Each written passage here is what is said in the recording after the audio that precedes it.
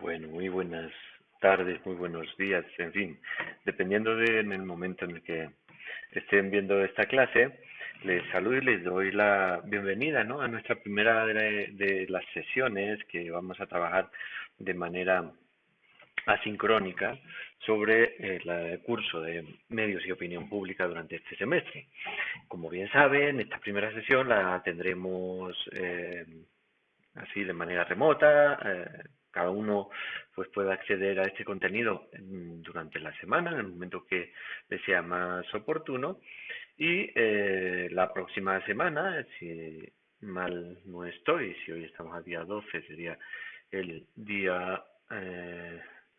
10 y, perdón, vamos a ver bien porque es el próximo jueves, perdón, hoy es día 13, el próximo día sería el día 20. Para el día 20 de agosto tendríamos nuestra sesión de manera sincrónica a través de Teams en directo el jueves a las 7 de la mañana, como está marcado en el horario, ¿no?, de nuestro curso. Entonces, ahí continuaremos con los contenidos que vayamos avanzando durante esta semana, ¿no?, durante esta sesión que están viendo ustedes ahora mismo. Bueno, la dinámica, como ya saben, es muy sencilla. Hoy a las 7 les aparece, o el jueves a las 7 les aparecerá el video de o digamos el canal dentro de Teams de la sesión correspondiente, de la sesión del jueves día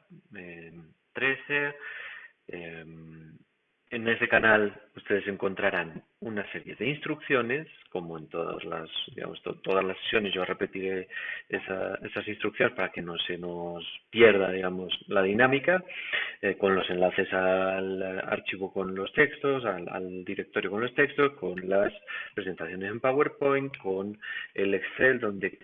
se explica cada una de las sesiones temáticas y donde están también ubicados los encargados de las lecturas.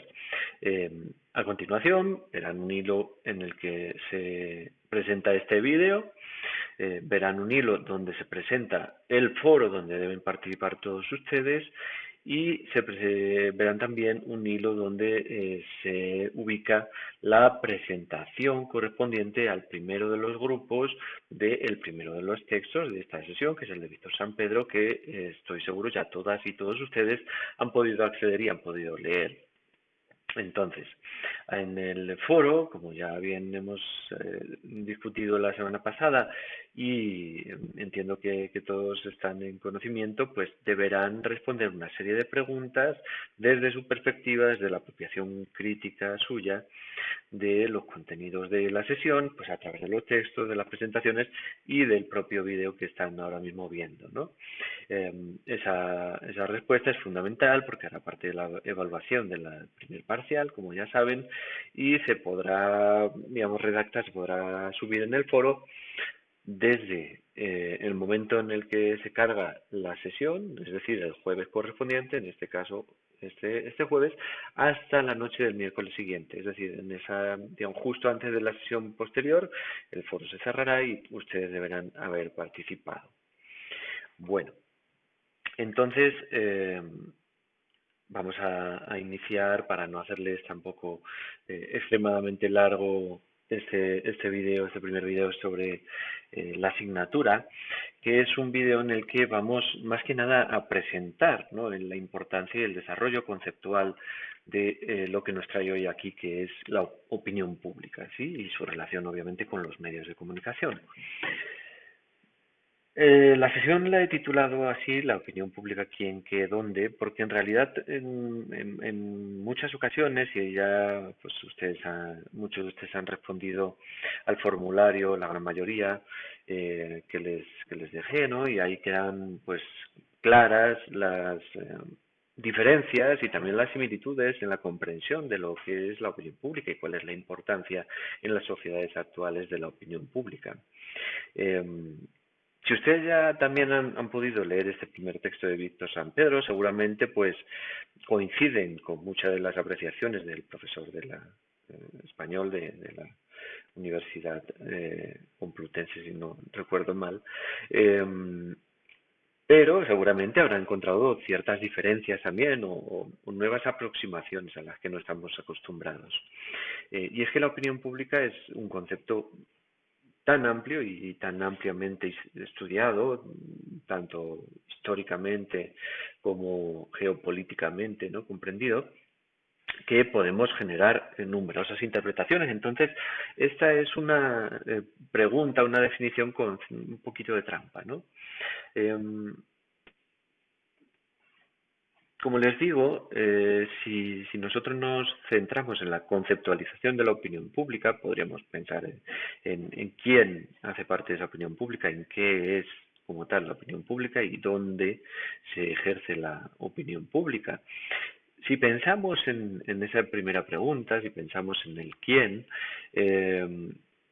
y si han podido acceder al texto de San Pedro, se darán cuenta de que la opinión pública es en realidad la sumatoria, y ahí veríamos cuáles, digamos, son las formas en las que se genera esa sumatoria de juicios parciales de los ciudadanos o los integrantes de una sociedad en concreto, representados en términos, digamos, de relación de poder frente a sus representantes, frente a la toma de decisiones públicas, ¿no? Eso nos da una lectura muy amplia de qué es la opinión pública. Y si accedemos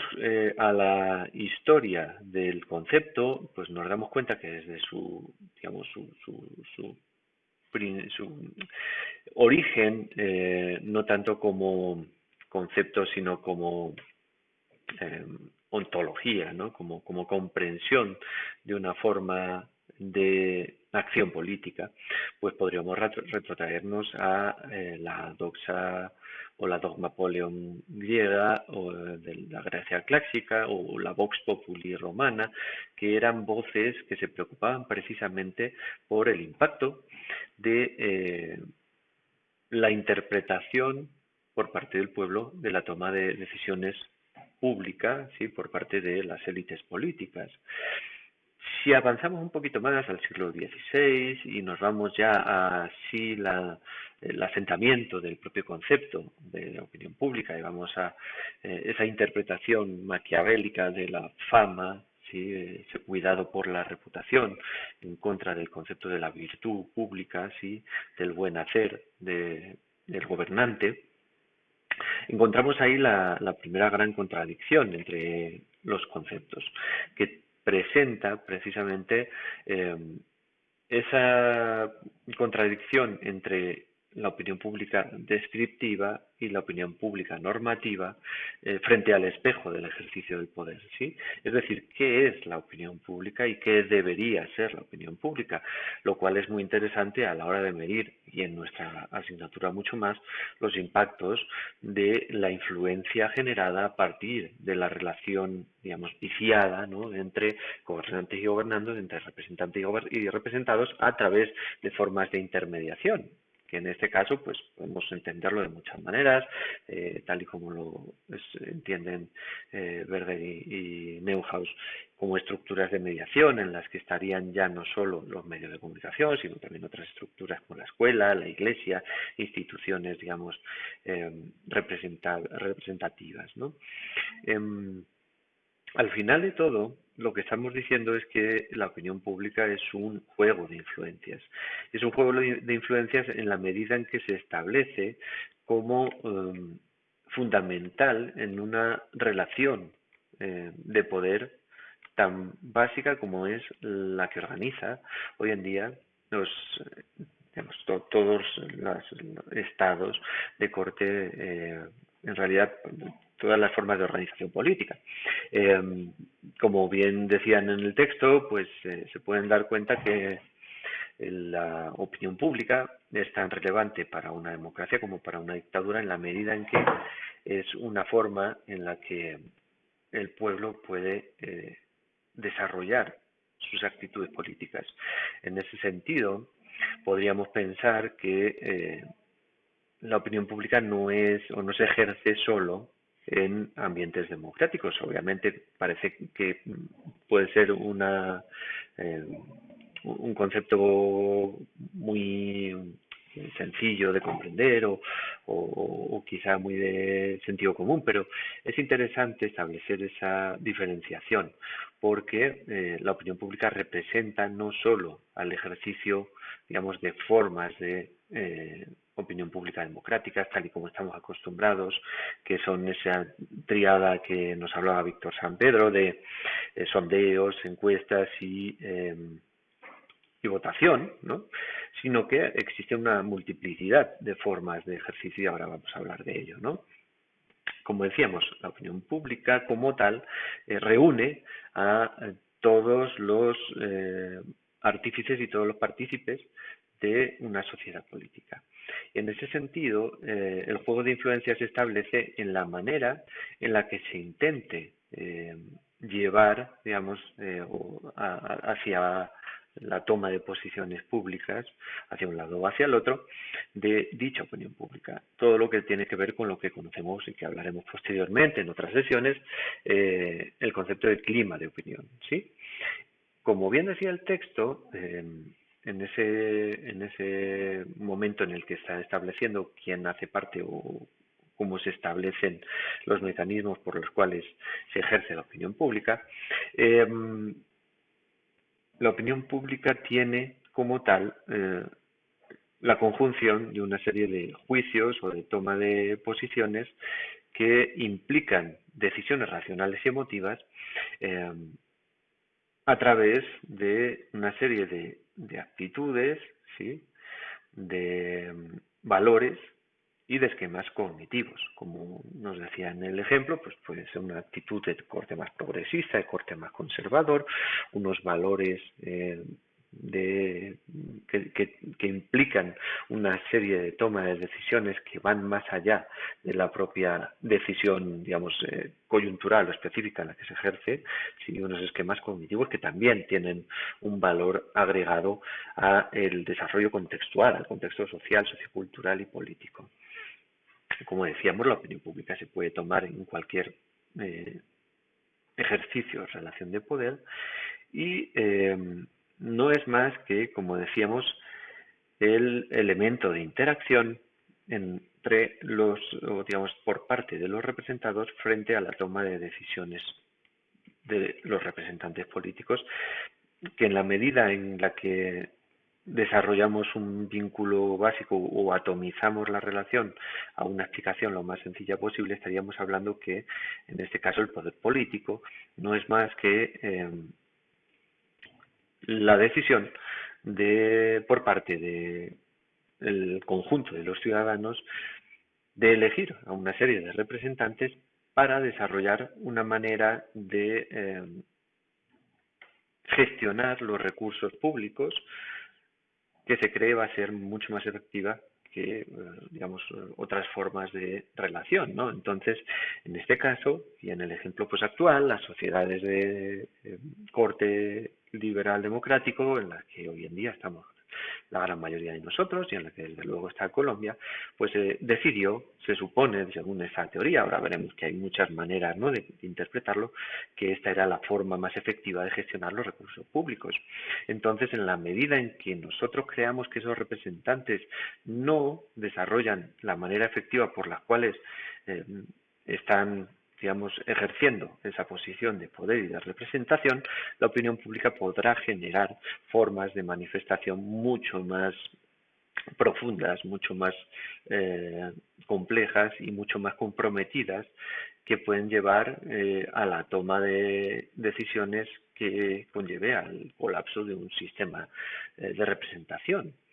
Es por eso que en el texto se evidenciaba que es importante en cualquier régimen político y es por eso que las dictaduras se centran también en la construcción de una opinión pública muy concreta que tenga que ver con la apropiación de una serie de valores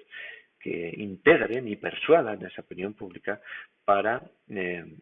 generar una posición consensuada de que ese régimen es el más idóneo para la gestión de los recursos públicos. En esos vídeos que ven ustedes ahí, bueno, si no está capado, porque hay veces que lo bajan, verán un vídeo de un discurso de Adolf Hitler previo a la Segunda Guerra Mundial sobre precisamente la apelación a una opinión pública concreta, que eran lo que él consideraba los alemanes, sus alemanes, que eran aquellos que no eran alemanes judíos, aquellos que no eran alemanes comunistas o alemanes, digamos, de posiciones de izquierda, o aquellos que no eran alemanes homosexuales, o aquellos... Es decir, la construcción de una nacionalidad en torno a valores de un discurso del odio, precisamente en el rechazo al otro. Eso es algo muy usual, ¿no? En la generación de mecanismos de persuasión de la opinión pública, precisamente porque lo que se intenta con este tipo de estrategias de comunicación política es establecer los límites y las fronteras por las cuales alguien va a ser o no va a ser, digamos, de nuestra posición política y va a estar, digamos, a favor o en contra, y eso lo hablaremos más en torno a lo que toque temas de posverdad y populismo, ¿no? Pero ahora no quiero tampoco concentrar mucho el contenido. Y verán también un vídeo de Donald Trump en la que, pues, prácticamente 85 años después, o más de 80 años después, utiliza la misma estrategia, ¿sí?, para construir la posición sobre la nacionalidad de quién es o no es americano, como lo hablan ellos, ¿no?, estadounidense, precisamente frente a aquellos que son estadounidenses latinos, aquellos que son estadounidenses hijos de migrantes, estadounidenses mujeres, estadounidenses de diversidad sexual. Esos no son parte, ¿no?, de su manera de entender la opinión pública. Bueno, en este punto, precisamente lo que nos decía el texto también, y es interesante tenerlo en cuenta, es que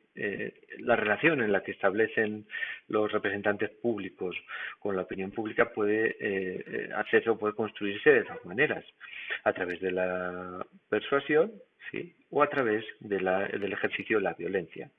Como decimos, en una dictadura, pues es normal que la manera de intentar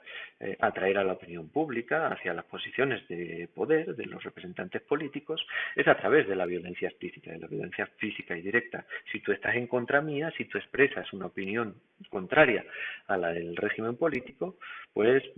puedes enfrentar penas de cárcel, puedes enfrentar torturas, puedes enfrentar detenciones ilegales, bueno, ilegales, en ese caso sumarísimas, ¿no? O puedes enfrentar la muerte o la desaparición. Esa es una relación, un tipo de relación que se puede establecer. En las democracias, como decía el texto, pues lo usual es que se priorice, al menos al interior de las fronteras, el desarrollo de mecanismos de interacción a través de la persuasión, y se deje o se establezca que la forma de interrelación a través de la violencia explícita es con los ciudadanos o con aquellas sociedades externas a la propia representación. Es decir, piensen en el caso de Estados Unidos, en el que su relación de persuasión con la opinión pública ocurre a través de el desarrollo de guerras, por ejemplo, fuera de sus fronteras. Entonces, se utiliza el desarrollo de violencia explícita para persuadir a la opinión pública interna. Sí, es una relación, digamos, viciada, en el que establecemos los límites a partir de quién es o quién no es parte de la opinión pública a la que estamos intentando correlacionar. En ese sentido, y contradiciendo un poco el texto, no es tampoco tan real que haya esa frontera tan directa, sino que existen también formas de ejercicio de la violencia dentro de democracia a la propia opinión pública, y el establecimiento de esa frontera de cuál es el punto en el que los poderes públicos o los poderes políticos van a ejercer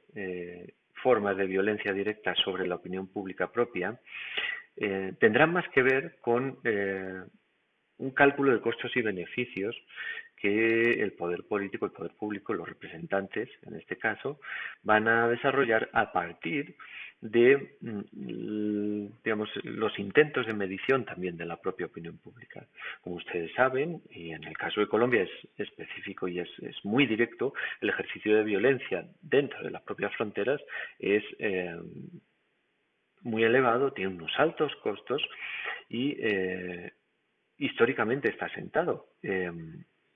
Y tiene más que ver con la construcción de un relato de violencia, de un relato de guerra, en el que los representantes públicos o representantes políticos entienden que ese ejercicio de ciertas formas de violencia favorece, ¿sí?, la, perdón por la tautología, la favora, o es algo perogrullo, ¿no?, la favorabilidad de la opinión pública. Como decimos, pues eso depende de las condiciones socioculturales y contextuales, políticas, de la apelación a los diferentes capitales, ¿no?, culturales o simbólicos, y de la manera en la que nosotros podemos lograr medir esa opinión pública. Como nos decía el texto, pues hay dos formas mayoritarias de medición de la opinión pública. Una forma agregada, que es la que nosotros más o menos intuimos de manera directa, de manera mucho más rápida, que es la que tiene que ver con la sumatoria de juicios de valor a través de mediciones medianas, como pueden ser pues eso, los sondeos, las encuestas, etcétera, o digamos los resultados de las votaciones. Esa es una forma de ejercicio de la opinión pública o de medición, pero también hay opinión pública discursiva, que tiene más que ver con entornos mucho más comunes, mucho más locales, mucho más cerrados, en el desarrollo de discusiones a partir del ejercicio de la opinión propia y del establecimiento de unos juicios de valor que entran en conflicto y generan consensos y disensos que también ayudan a construir y a redefinir la propia opinión pública. Es decir, nosotros podemos ejercer la opinión pública el día que vamos a las urnas a votar, pero también estamos ejerciendo opinión pública cuando vamos con nuestros amigos, estamos tomando unas cervezas y estamos discutiendo sobre un problema de actualidad. Sí, esto lo hablaremos un poquito más en concreto y haremos algún ejercicio para establecer esas diferencias bien en la próxima sesión que tendremos en directo, ¿no? Pero bueno, esas son como las dos mayores o las dos formas prioritarias de ejercicio de la opinión pública, que están además asociadas de manera muy directa o muy profunda con diferentes tipos de entender el desarrollo de la democracia. Y como bien lo decía el texto, si nosotros apelamos a una opinión pública agregada, estamos apelando a valores relacionados con la democracia representativa, que es una forma de ejercicio democrático que pues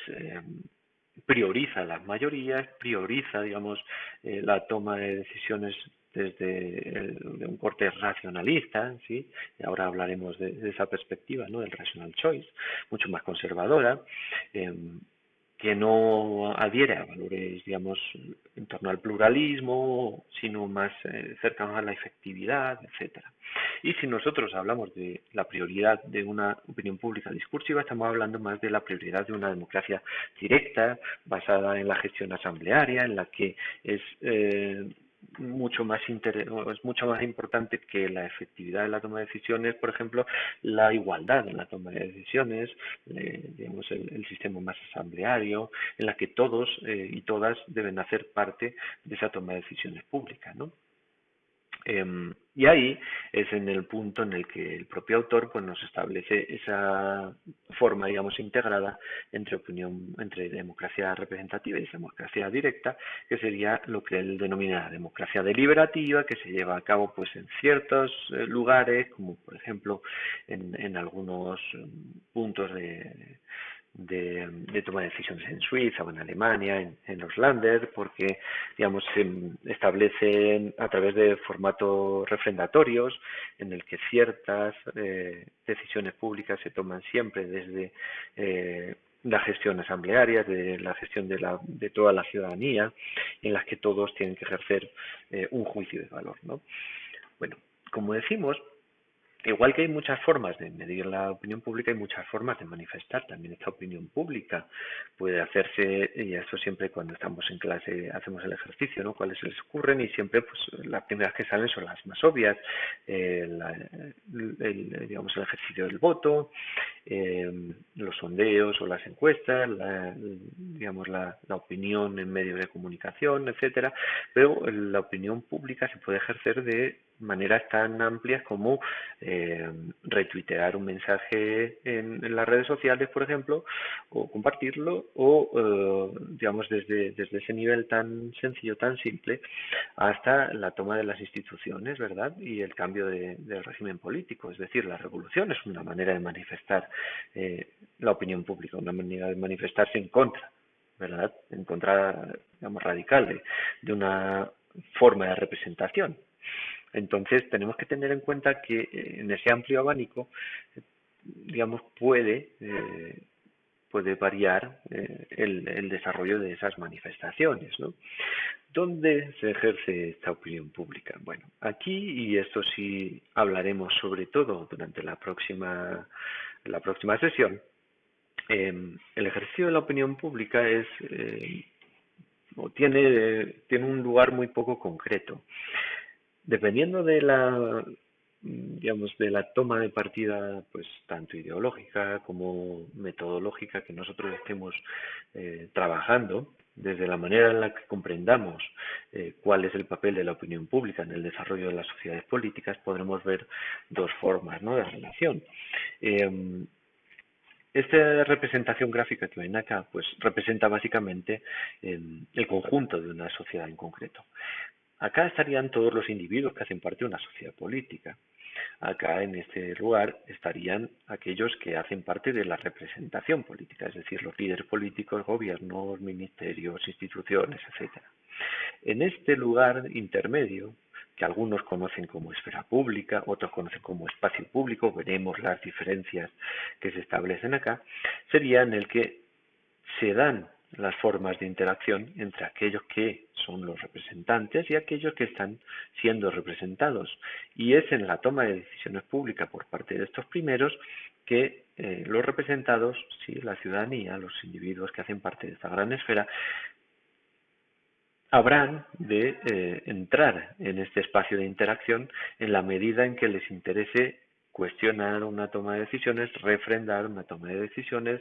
confrontar una de las instituciones dentro de esta esfera, porque eso es algo que también iremos viendo. No todas las instituciones representativas siempre tienen una misma forma de comprender la opinión pública o de intentar, digamos,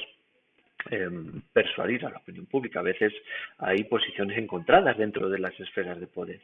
¿sí?, que tensionarán precisamente la relación de la esfera política con la esfera de la ciudadanía o de los individuos que hacen parte de una sociedad. Y en ese punto será muy interesante las relaciones que pueden establecer los individuos con los diferentes grupos o, como veremos la próxima, las diferentes minorías activas, ¿sí?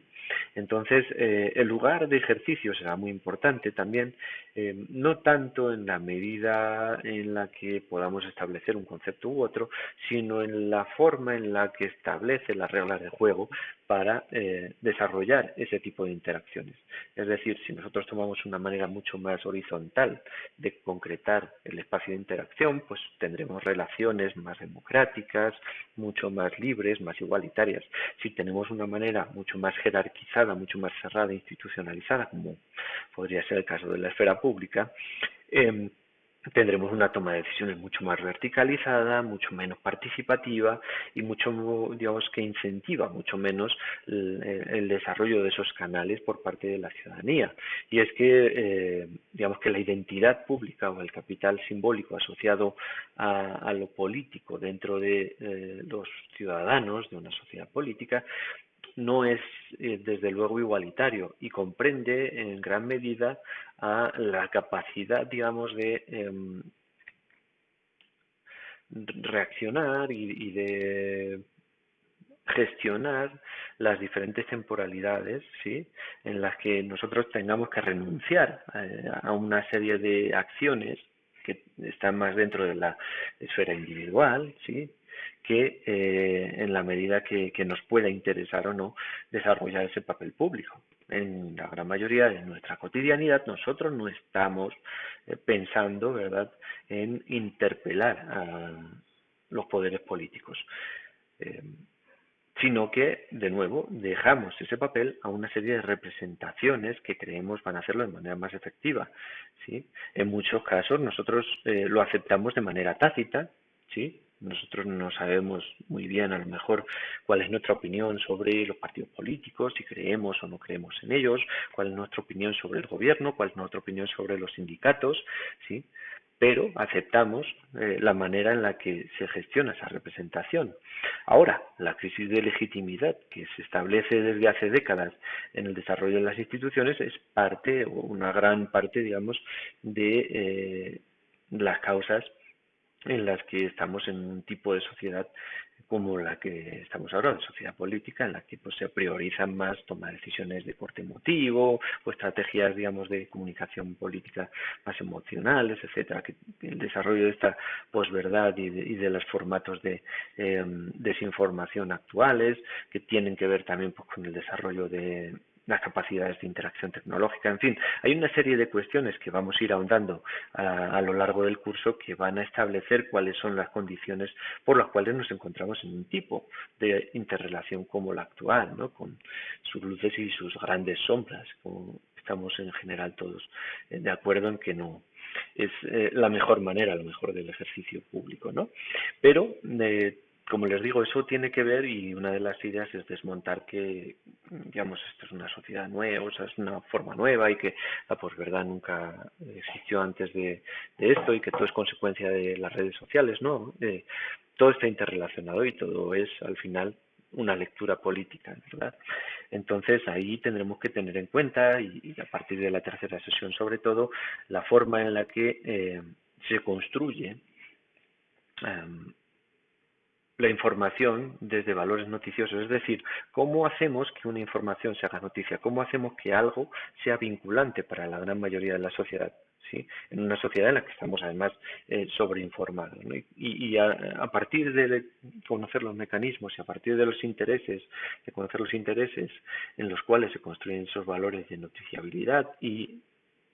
sobre todo se construyen las formas distribuidas, ¿sí? De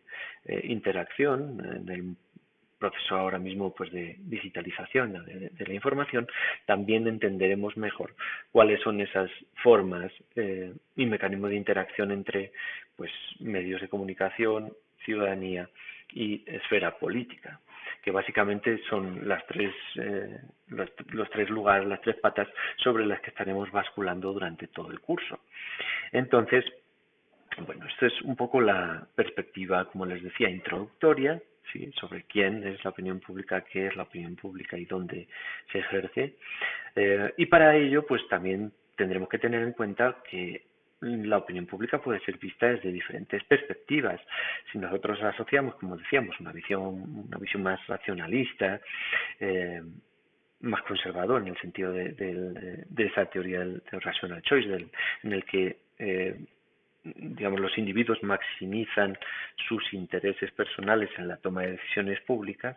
pues tendremos una forma de acercamiento muy distinta que si la vemos desde una visión irracionalista, en la medida en la que se toma parte, por ejemplo, en la sociología de las emociones y empieza a contradecir la anterior posición en la que dice, bueno, y los valores de solidaridad y digamos, los reclamos por la igualdad social o las libertades, en fin, no hacen parte de ese esquema de la decisión racional, entonces, ¿cómo, en qué medida la toma de decisiones pública también responde a valores emocionales? ¿Sí? También podemos entender una visión superestructural, como lo hacen, por ejemplo, pues Chantal y Mouffe en torno a todo el tema del populismo y tal, y el desarrollo de lo que ellos llaman la batalla por el relato, en lo que se le da prioridad a los valores discursivos, al capital discursivo, frente a las estructuras, ¿no? Como se podría hacer una visión institucionalista en la que pues vería cuál es precisamente el valor de la opinión pública en la medida en que solo se ejerce dentro de una relación institucional establecida por dichas estructuras, una visión crítica en la que establecería precisamente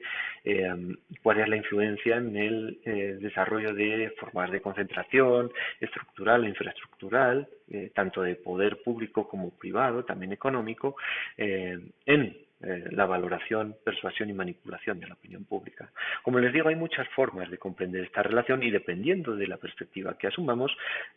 podremos fijarnos o podremos ser capaces de ver unas formas y unos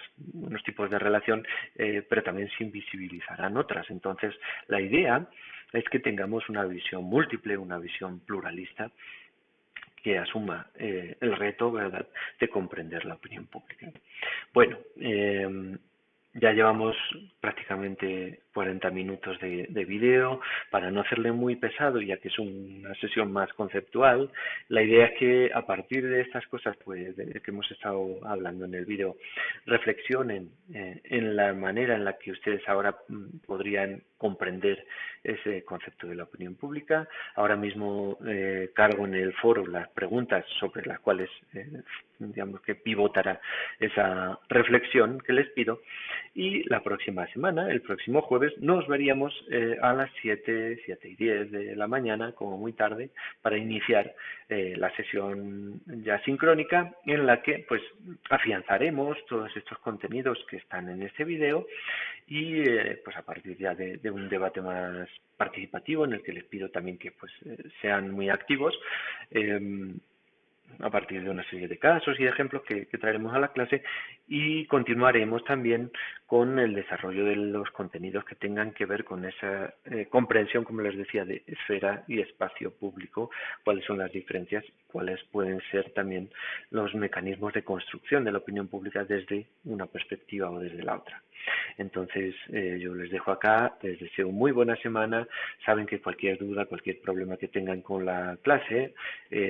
tienen acá en el Teams un canal que se llama Dudas y Problemas. Ahí, si es algo, digamos que público, sí, pueden ubicar su duda y la resolvemos, y pues la respuesta les puede servir también a sus compañeras o sus compañeros. Si es algo más privado, ya saben que estoy muy atento también al correo electrónico. Que tengan buena semana y entonces nos vemos el jueves.